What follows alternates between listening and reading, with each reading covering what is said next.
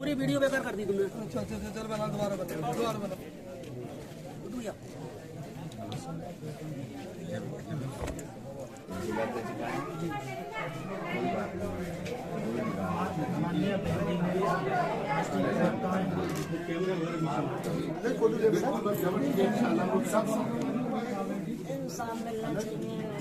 बिल्कुल मिलेगा, बिल्कुल मिलेगा।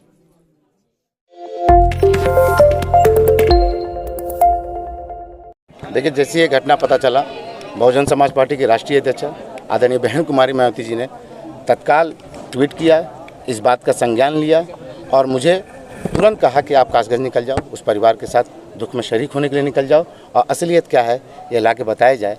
और आधा क्या, आप लोगों के जरिए ही 75% से 80% चीज़ें जो गलत हुई हैं प्रशासन की तरफ से, भारतीय जनता पार्टी की तरफ से, वो पूरे प्रदेश और देश को पता चल ही चुका है।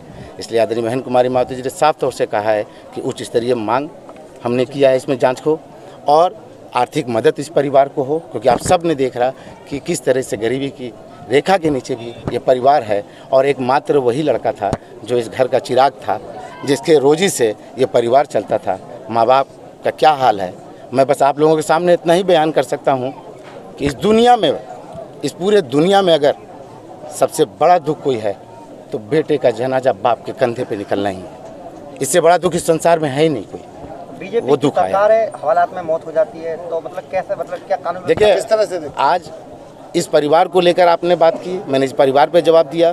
भारतीय जनता पार्टी पे आप सवाल पूछ रहे हैं तो आप सबको पता है कि इस 3 सालों में 23 मौतें पुलिस हिरासत में हो चुकी हैं।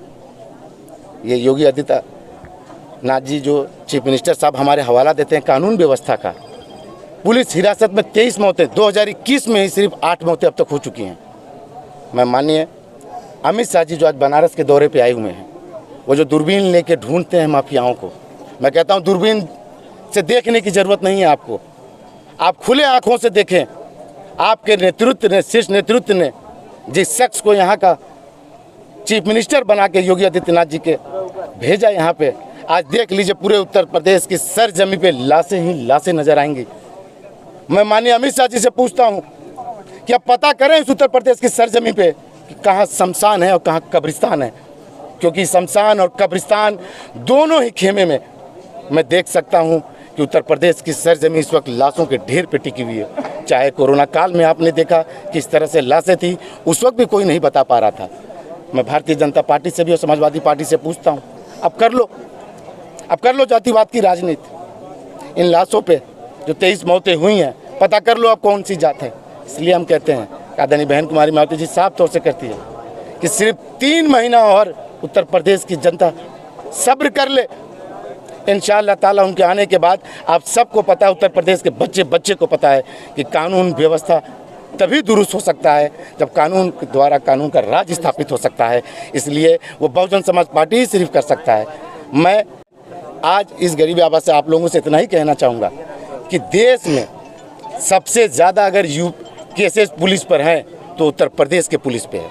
मैं पूछता हूँ, क्या हमारे शासनकाल में, आदरणीय बहन कुमारी मायावती जी के शासन में, क्या गोवा से, नेपाल से पुलिस आया करती थी?